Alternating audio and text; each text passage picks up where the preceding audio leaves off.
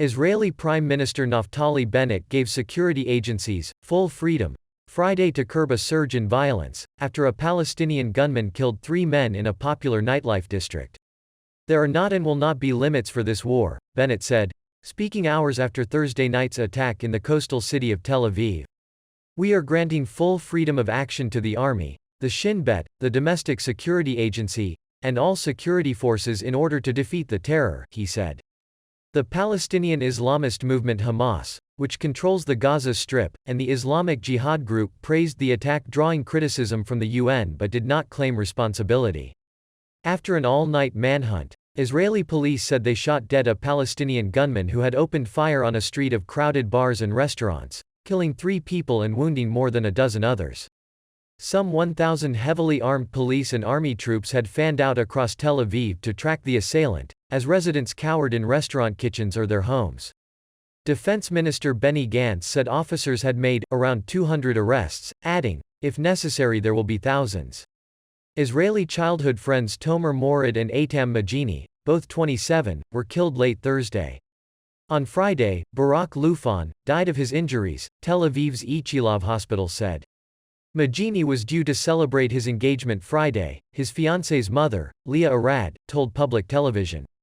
"They were supposed to celebrate their engagement party tonight. Eitam's cousins organized it in this house where we are now sitting in mourning," she said. Morad was an avid fan of the Hapoel Tel Aviv basketball club, which said in a condolence note it sent a warm and loving hug. The 2 friends are to be buried Sunday. Special forces confronted the attacker in the old city of Jaffa, the historic Arab district of Tel Aviv, eliminating the terrorist by exchange of fire, Police Commissioner Yaakov Shabtai said. The Shin Bet named him as Rod Hazem, 28, from Jenin in the north of the Israeli-occupied West Bank, where last week Israeli forces killed 3 people in a raid. A total of 13 people have been killed in attacks in Israel since March 22, including some carried out by assailants linked to or inspired by the Islamic State group. Over the same period, at least 9 Palestinians have been killed, including assailants. Palestinian President Mahmoud Abbas condemned the attack, saying, "The killing of Palestinian and Israeli civilians only leads to a further deterioration of the situation," the Palestinians' official WAFA news agency reported.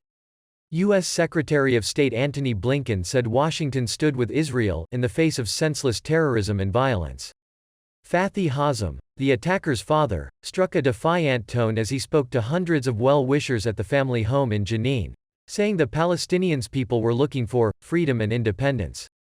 Hamas praised what it called a heroic operation, while Islamic Jihad called it a natural response to Israel's crimes.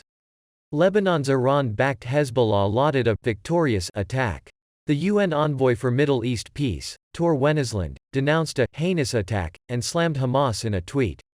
"Deplore the welcoming of the attack by Hamas. There is no glory in terrorism," he said. Ichilov Hospital was treating 8 people, including 1 in a critical condition, while 8 others with less serious injuries were taken to other hospitals and later discharged.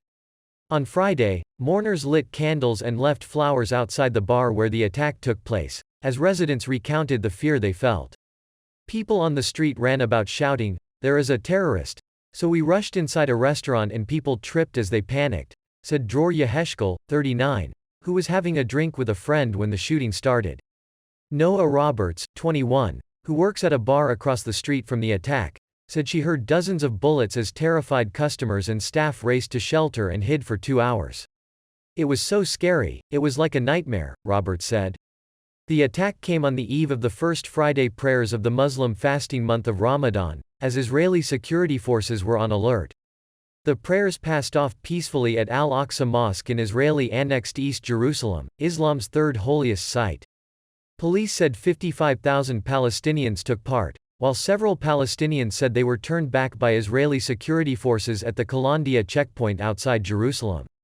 Last year, nightly demonstrations in the Al-Aqsa compound and elsewhere in East Jerusalem escalated into 11 days of war between Israel and Hamas.